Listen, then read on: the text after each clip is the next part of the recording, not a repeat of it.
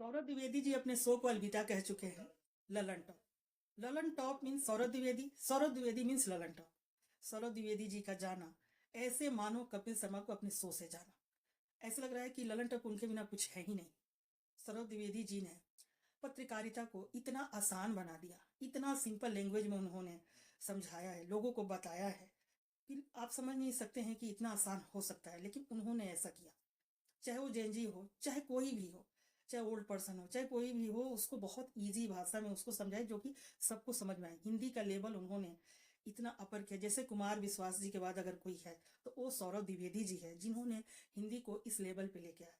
लेकिन हाँ, वो जहाँ भी जाएंगे वो ललन टॉप दूसरा बनाएंगे, और उन्होंने जो चीज़ें दिखाई हैं वो भी ललन टॉप ही था। इसके लिए सौरभ द्विवेदी जी को बहुत बहुत बधाई को दूसरा ललन टॉप बनाए।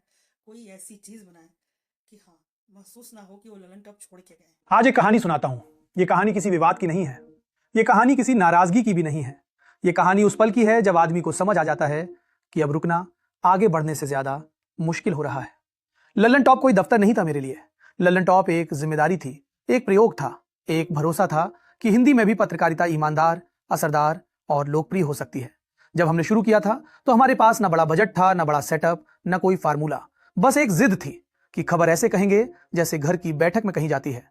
धीरे धीरे ललन टॉप एक प्लेटफॉर्म नहीं रहा, वो एक आदत बन गया, दर्शकों की आदत और हमारी भी।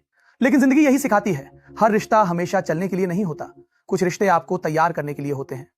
समझने वाले समझ गए होंगे, ये फैसला किसी एक दिन में नहीं हुआ। ये फैसला कई चुप दिनों में पका, कई रातों में जब काम ठीक चल रहा था पर मन नहीं चल रहा था। कई लोग पूछेंगे सब ठीक था फिर छोड़ क्यों दिया? तो जवाब सीधा है, कभी कभी सब ठीक होना ही सबसे बड़ा सवाल बन जाता है। मैं ये नहीं कह रहा कि ललन टॉप गलत था, मैं ये भी नहीं कह रहा कि मैं सही था। मैं सिर्फ इतना कह रहा हूं कि अब मेरी यात्रा मुझे कहीं और ले जाना चाहती थी। ललन टॉप ने मुझे बहुत कुछ दिया, नाम दिया, पहचान दी और सबसे जरूरी आपका भरोसा दिया।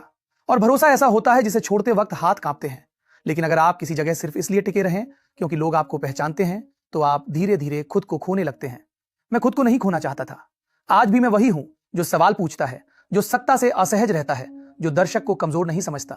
बस मंच बदलेगा, आवाज वही रहेगी, नीयत वही रहेगी। और अंत में बस इतना कहूंगा, ललन टॉप से निकलना पीछे जाना नहीं है, ये आगे बढ़ने का वही साहस है जो पत्रकारिता आपसे मांगती है।